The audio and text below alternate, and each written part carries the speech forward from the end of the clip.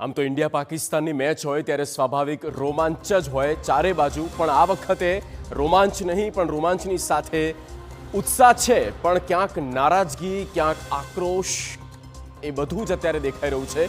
પણ જે દુબઈમાં આ મેચ થઈ રહી છે, યુએમાં મેચ થઈ રહી છે, આ મેચની કેટલીક અપડેટ પણ અમે આપને આપી દઈએ કે એવું નથી કે માત્ર આ એક જ મેચ થશે.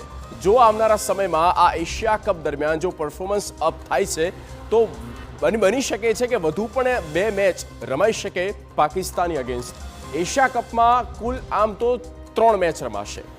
પહેલાં આપને સૌથી પહેલાં તમામ જાણકારી આપી દે. પહેલી જે મેચ છે એ 14 સપ્ટેમ્બર એટલે કે આવતીકાલે, અને તે છે દુબઈ ઇન્ટરનેશનલ સ્ટેડિયમમાં. આવતીકાલે પહેલી મેચ ઇન્ડિયા પાકિસ્તાનની રમાવાની છે દુબઈ ઇન્ટરનેશનલ સ્ટેડિયમમાં. હવે માની લો કે બીજી મેચ જો અને તોની વચ્ચે છે. ક્યારે થાય? જો લીગ સ્ટેજ પછી સુપર 4 રાઉન્ડ આવે છે, અને આવવાનું જ છે, અને તેમાં આ બંને દેશ એન્ટ્રી કરે છે, તો આ બીજી મેચ શક્ય બનવાની છે, અને તે છે 21મી સપ્ટેમ્બરે.